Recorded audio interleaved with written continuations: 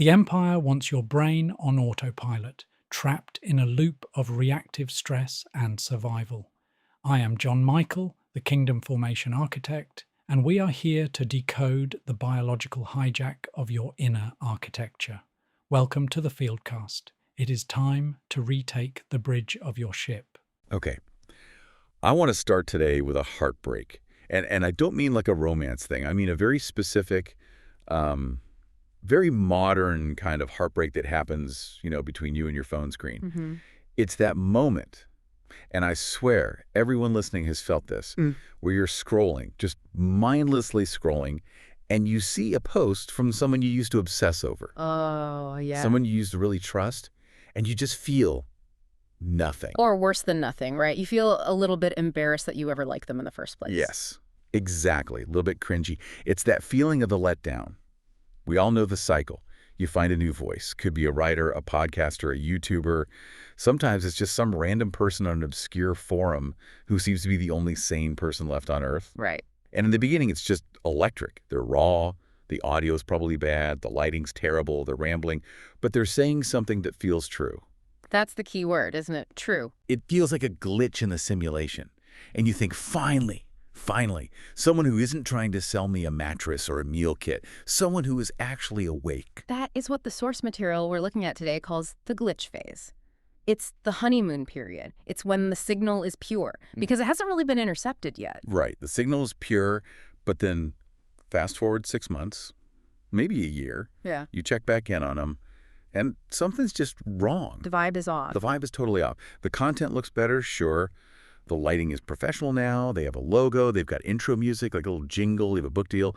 And suddenly, all the jagged edges are just gone. Sanded down. Sanded down. The dangerous ideas have been packaged. They're using words like community and brand journey and synergy. And you're just sitting there, staring at this polished, perfect, and honestly boring version of the person you used to admire. And you have the big, cynical question.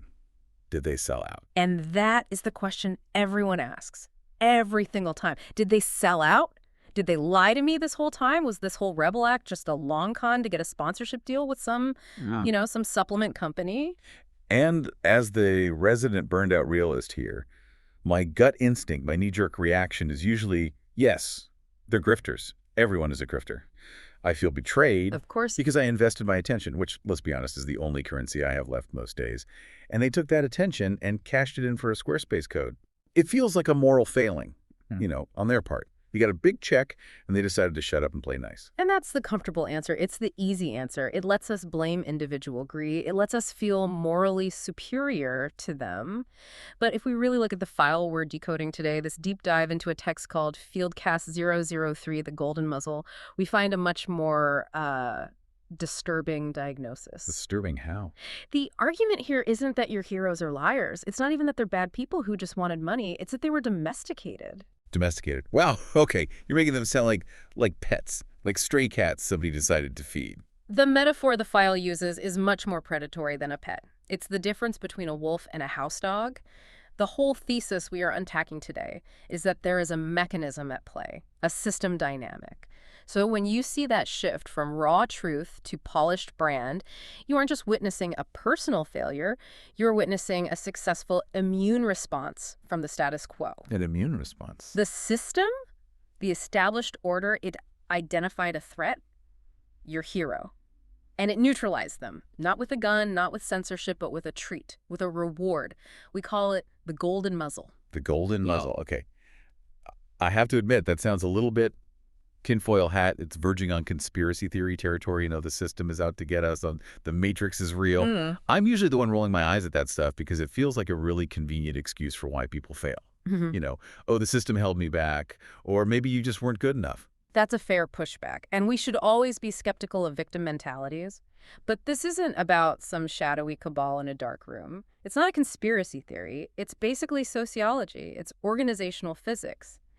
The empire, and when we use that word today, let's be clear, we just mean the established order, the status quo of whatever field you're in, your industry, your company, your culture. Right, the way things are. The way things are. That empire acts like a biological organism. Its primary drive is survival. And what is the biggest threat to a stable system? Chaos, unpredictability, something new. Exactly. The glitch.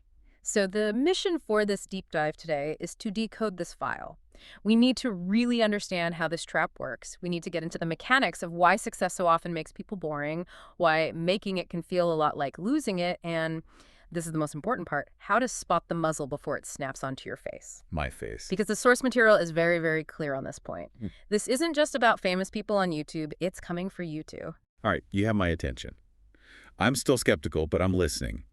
Because I am so tired of watching interesting people turn into cardboard cutouts of themselves. So let's break this down. If this is a mechanism, a process, where does it start? Because nobody is born boring. Nobody starts a movement hoping to eventually become a generic lifestyle brand. No, absolutely not. They start as an anomaly. The file literally calls them a glitch in the Empire OS. Let's stick with that image for a second. A glitch in the OS. When I'm on my computer and something glitches, it's annoying. It breaks my workflow. It stops the program from doing what it's supposed to do. Exactly. To you, the user, it's an annoyance. But think about it from the perspective of the operating system itself. A glitch is an error. It's a piece of code that is refusing to follow the master protocol.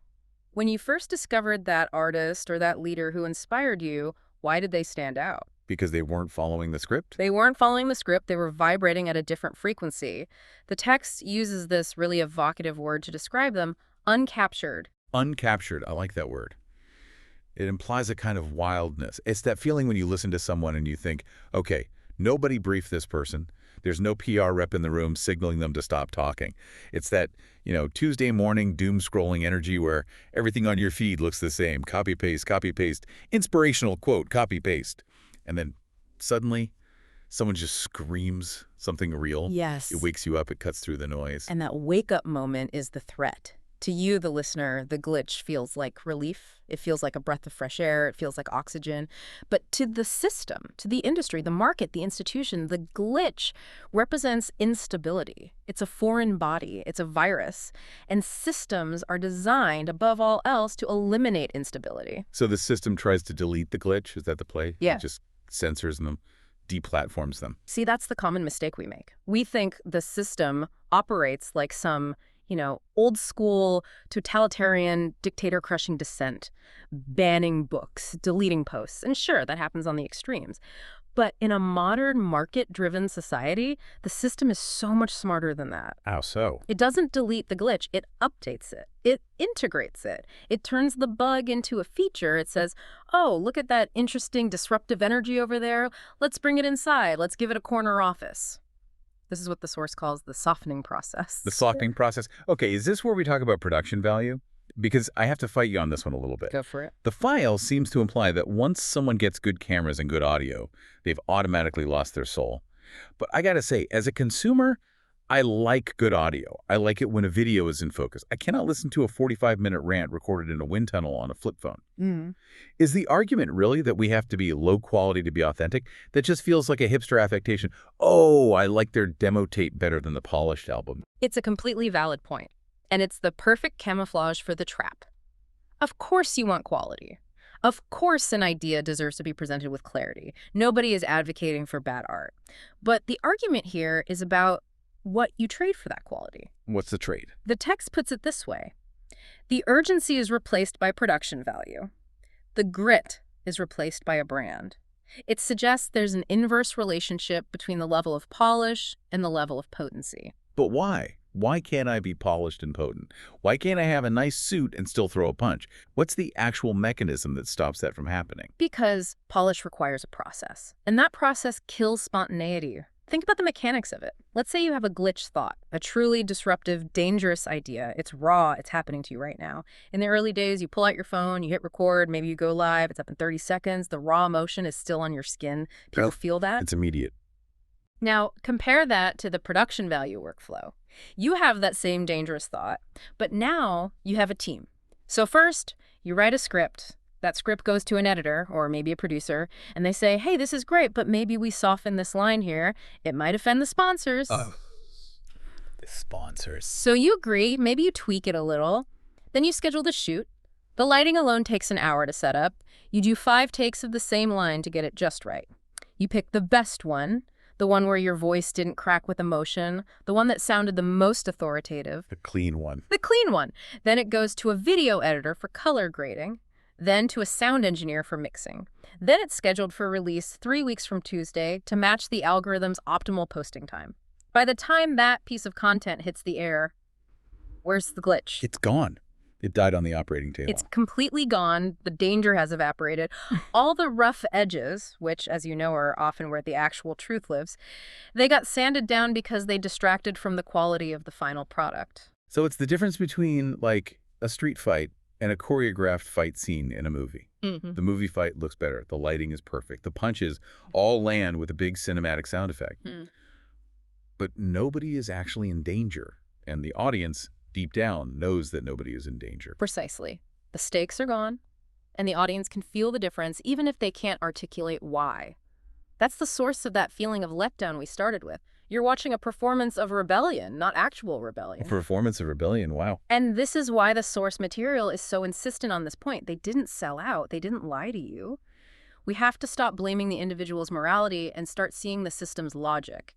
The text says they were domesticated. And domestication is a slow, comfortable process. It's warm, it's pleasant, you don't even feel it happening. You just think you're getting better. Exactly. You think, oh, look at me, I'm leveling up, I'm hiring a producer, I'm getting a real studio. Which feels like success. That's the part that trips me up every time. If I'm a creative or a leader or an entrepreneur and I finally get the budget to make my stuff look professional, shouldn't I take it? It feels like a blessing. It feels like the universe or God or whatever is saying, good job, here's a reward for your hard work. It looks like favor. It feels like a blessing. But the codebreaker analysis in this file suggests it is actually the first click of the muzzle being applied. The first click. Because once you have the high production value, you have a standard to maintain. You have overhead. You have a budget. You can't just go back to recording on your phone in the car because it will look like a regression. It will look unprofessional. You'd look like you're failing. Right. You have an audience that now expects the 4K video. You have a team that needs the audio files by Thursday to hit the deadline. And suddenly, the process of creating the content becomes more important than the truth of the content.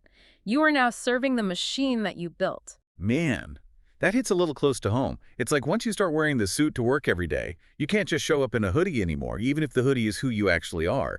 You become a prisoner of your own aesthetic, your own success. And that is the exact transition point from person to brand. A person is inconsistent, messy, contradictory, and they evolve over time. A brand is consistent, safe, predictable, and scalable. And this leads us directly into the heart of the beast, the immune response. Because we need to understand why the system does this. It's not just about making things look pretty, it's a defense mechanism. Okay, let's get into the mechanics here. You mentioned this immune response. When I think of an immune system, I think of white blood cells attacking a virus to kill it.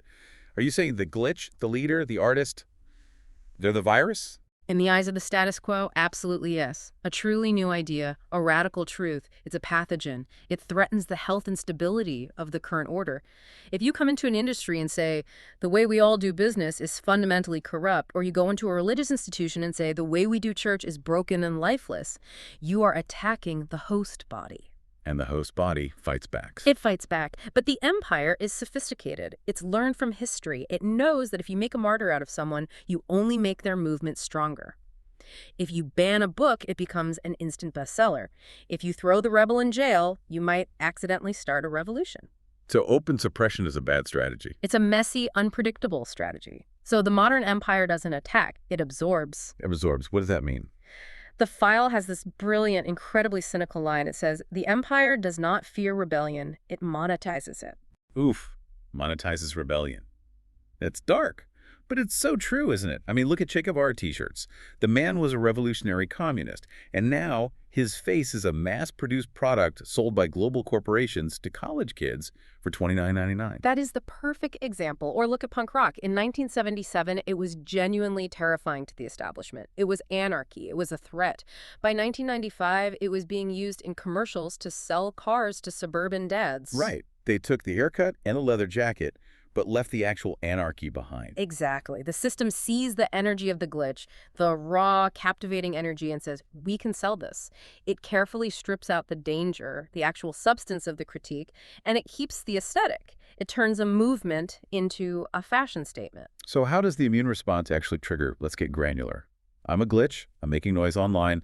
I'm getting some traction. People are paying attention. What happens next? Do men in black suits show up at my door? It's so much more pleasant than that. It's the contract. It's the email in your inbox.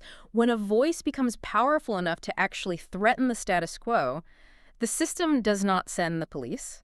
It sends a talent scout. It sends a literary agent. It sends a publisher. It sends a venture capitalist. Yeah, opportunity. The big opportunity, and the pitch is always the same, and it is always seductive because it appeals to your vanity and your genuine mission. They slide into your DMs and they say, hey, we love what you're doing. Your message is too important to be this small. Let us help you scale.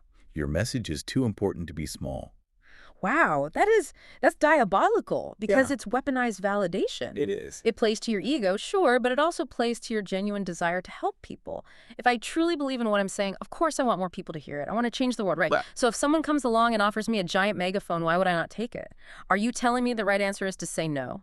That I should just stay in my basement shouting at the wall? And that is the trap. The system presents you with a false binary choice. Stay a nobody shouting at the wall, or sign with us and reach millions.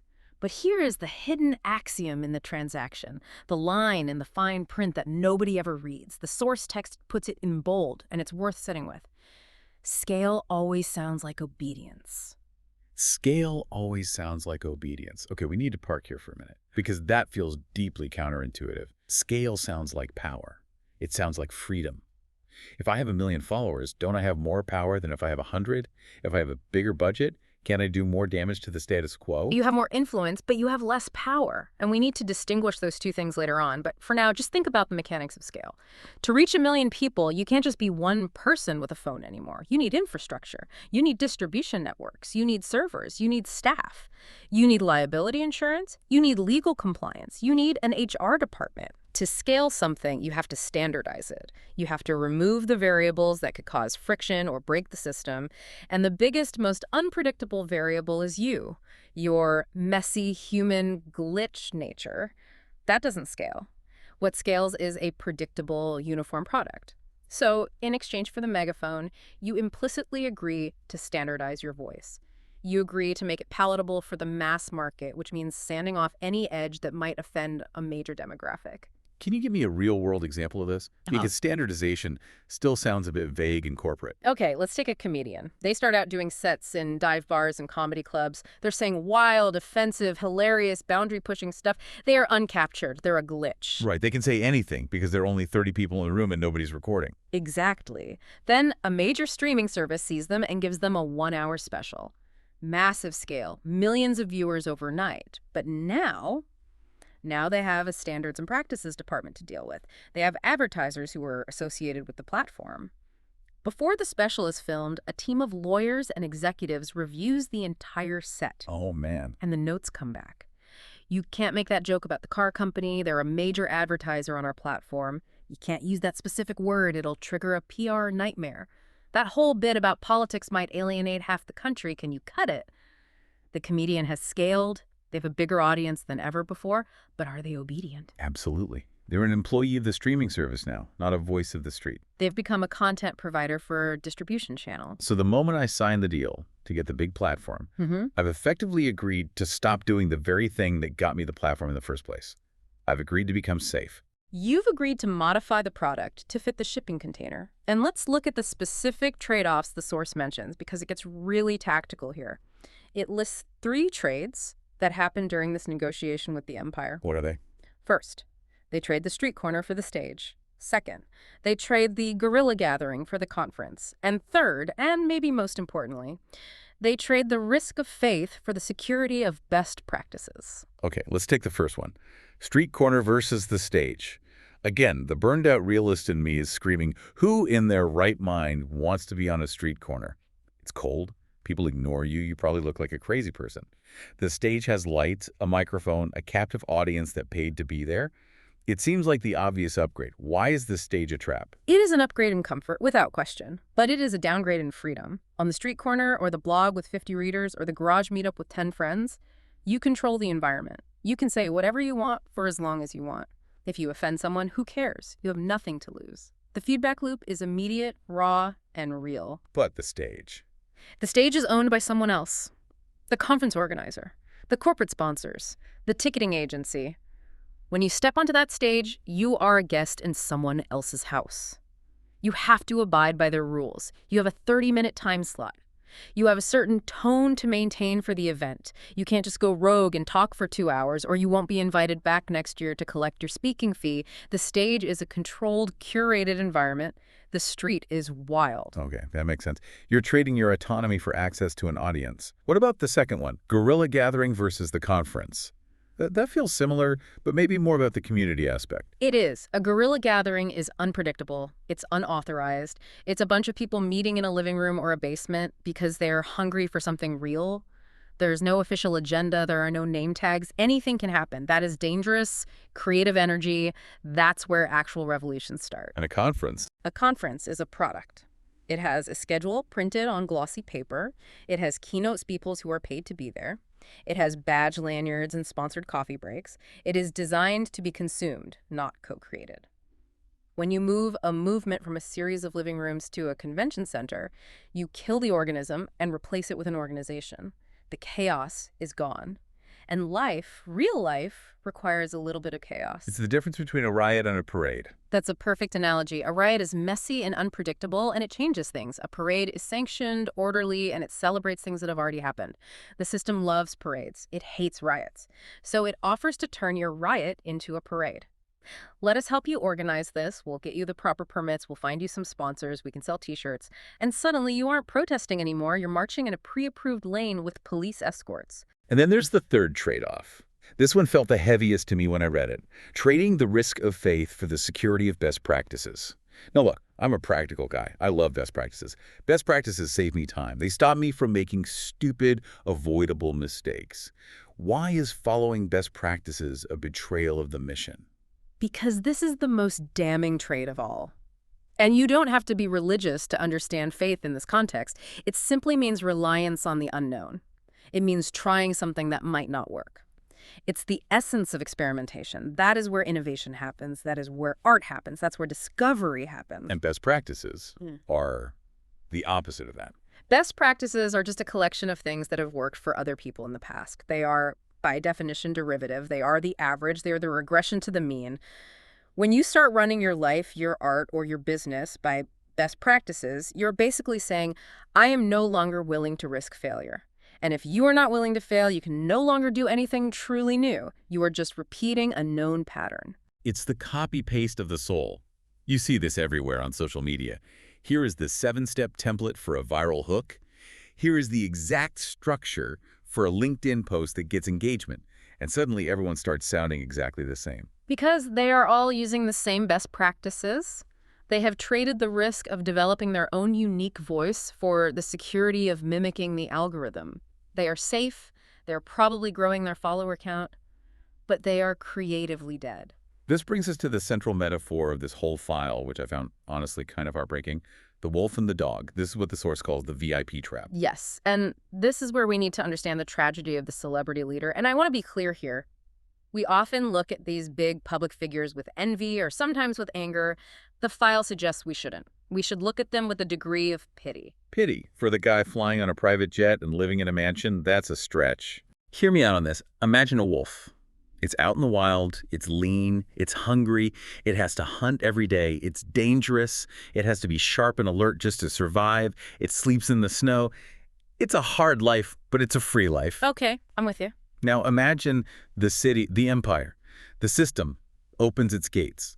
And it doesn't try to shoot the wolf. It offers the wolf a steak, a premium dry-aged Wagyu steak, just lying there. Again, it's hard to say no to Wagyu. If you're a hungry wolf who's been eating squirrels, that looks like the best day of your life. Of course. The wolf takes the steak. It's the best thing it's ever eaten. And it was easy. The next day there's another steak, and a bowl of clean water, and a warm bed by a fire, and a roof over its head. The wolf thinks, this is amazing, I'm winning at life, I don't have to hunt in the cold anymore, I've hacked the system. He thinks he's smarter than all the other wolves. Exactly. But over time, what happens biologically to that wolf? It gains weight. Its muscles soften. It loses the instinct to hunt because it doesn't need to hunt anymore. It becomes completely dependent on the city for its food. And one day, it wakes up, and it's a house dog. Wow. It is well-fed, it is loved, it has a nice, shiny collar.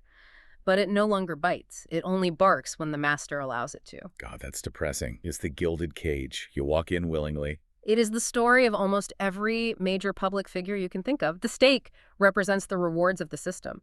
The money, the applause, the book deals, the celebrity status, the lifestyle. The source material says it plainly. The city feeds the wolf premium steak until it becomes a house dog. And it connects this to something really practical. Yes, here is the kicker. You cannot be truly subversive when you have sponsors to please. You cannot be truly radical when you have a payroll to meet. That's the part that really explains the tiredness for me. It's not just that these leaders are greedy. It's that they are trapped by their own success, by their own infrastructure. I think about these massive organizations or these huge influencer brands. Let's say you start out as a radical thinker, but now you have 20 employees. You have office rent. You have healthcare costs for your team. You have a massive server bill every month. The machine needs to be fed. The machine needs to be fed. You have to keep it running. You have to sell the next product, the next course, next conference ticket.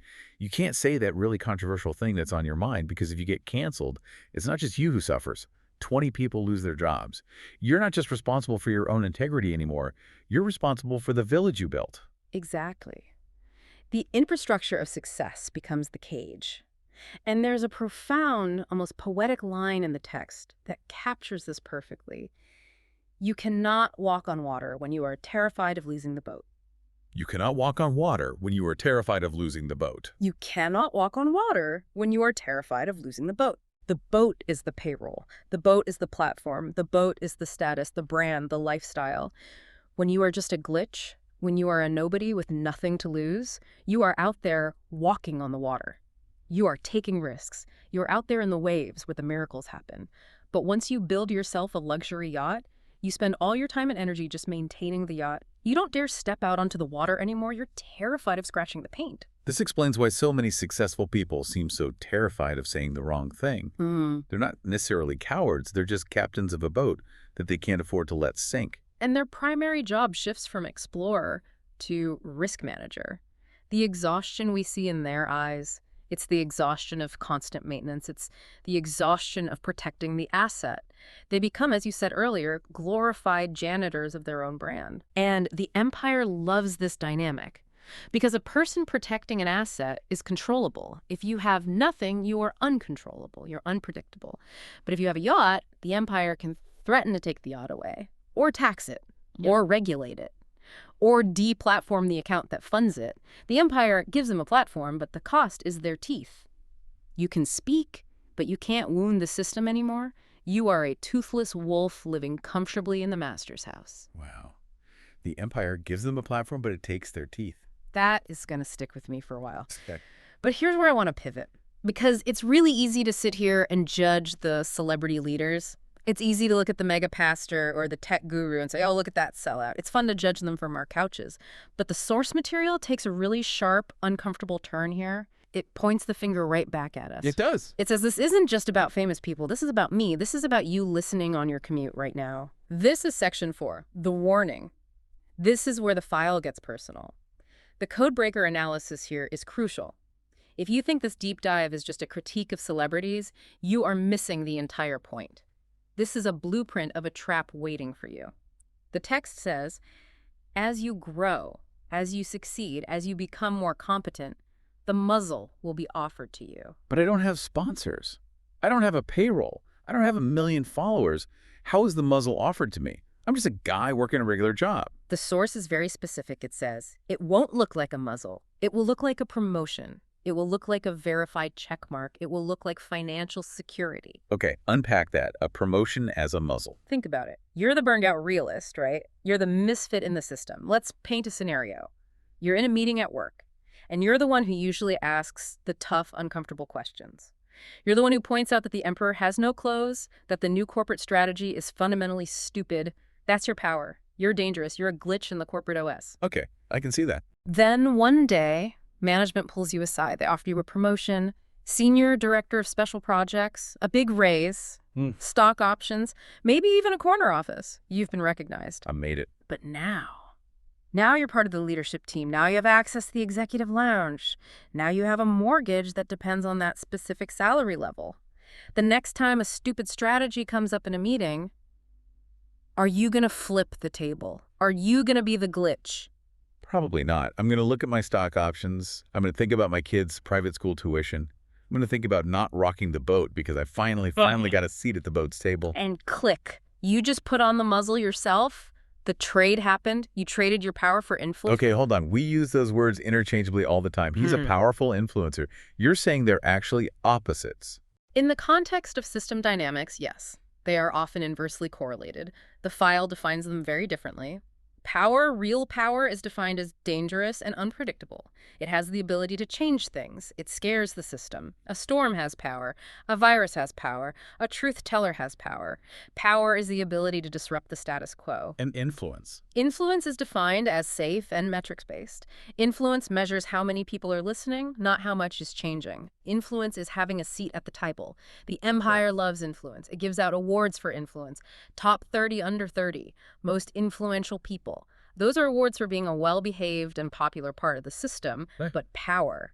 The empire fears power. It seeks to contain it at all costs. So what's the trigger? What's the final locking mechanism of the muzzle? The muzzle locks shut the moment you begin to prioritize protecting your platform or protecting your seat over speaking the truth. The moment you think to yourself, I can't say that, I have too much to lose, you now belong to the empire. Your boat has become your prison. That is genuinely terrifying, because we are all wired to want something to lose. We spend our entire lives trying to build something, a career, a reputation, a savings account, a family. And you're telling me that the very act of building that security is what neuters us, that success is the trap. It is the central paradox. To have a voice that people listen to, you need a platform. But the bigger the platform gets, the more it demands you quiet your voice to protect it. This is the existential cost, the spiritual cost. When you are young and hungry and have nothing, you prioritize truth over safety. You have to. When you are successful and established, the overwhelming temptation is to prioritize safety over truth, and the muzzle doesn't snap shut all at once. It's not a single event. It tightens click by click. Give me some clicks. Click 1. I won't say that joke. It's a little too risky for this crowd. Click 2. I'll just agree with the boss in this meeting so we can all go home early. Click 3. I'll accept the sponsorship from that company I don't really like, but the money is really good and I need it. Click 4. I can't quit this job I hate now. I have a lifestyle to maintain. Click 5.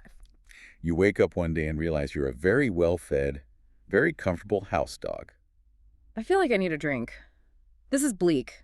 You've basically told me that if I fail, I'm a loser, and if I succeed, I'm a sellout. Is there any way out of this? Or are we all just destined to either be failures living on the street or sellouts living in the master's house? Is there a third option? Because if there isn't, I'm just going to go watch Netflix and give up right now. There is a third option, but it's not easy, and it requires a radical shift in perspective. This is the final section of the file, the signal, the resistance, the jailbreak. The source material is very clear. We don't need to burn everything down, but we absolutely need to reframe what success looks like. It states very directly, we don't need more influencers. The empire has plenty of those. Amen to that. If I see one more, here's my morning routine video from a 22-year-old, I'm going to scream.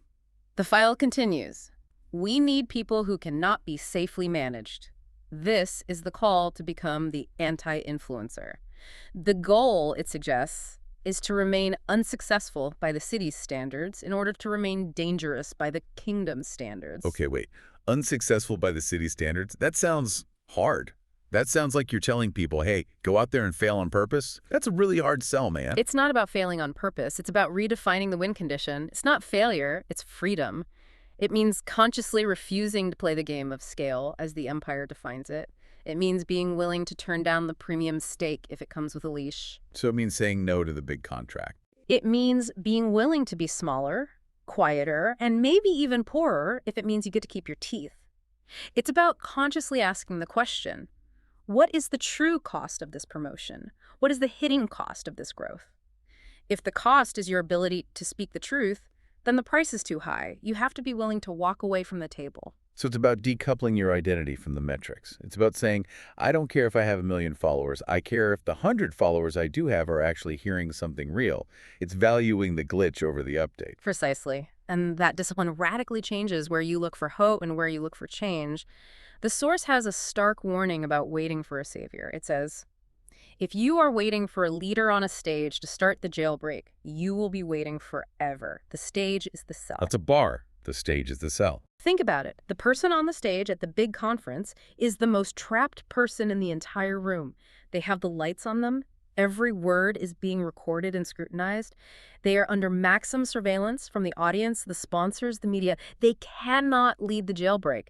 If they try to run, the spotlight just follows them. So where did jailbreaks start? The text says, jailbreaks don't start with a microphone. They start in the dark.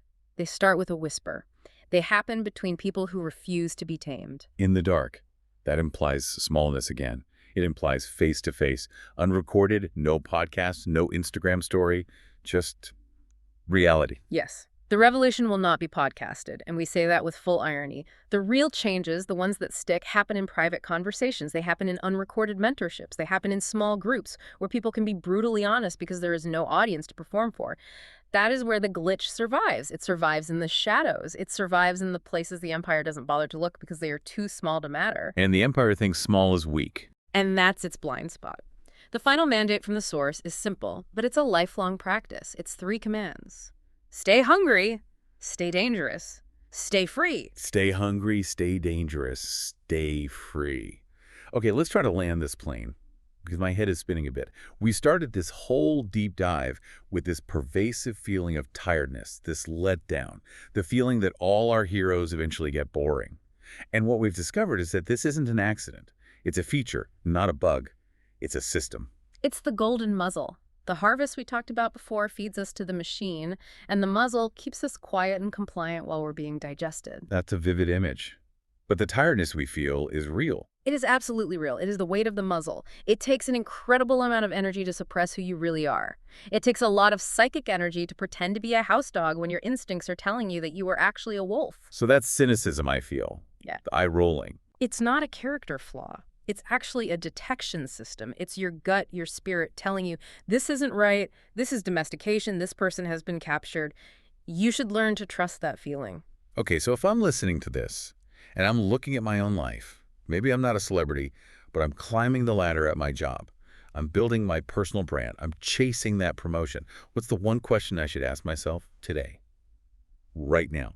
How do I check for the muzzle?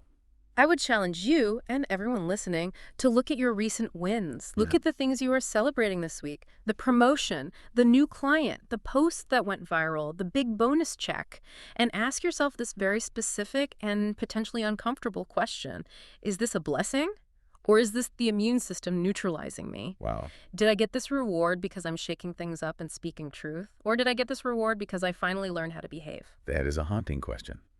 Did I get the treat because I sat when I was told to sit? Man, that really reframes everything. That's the point.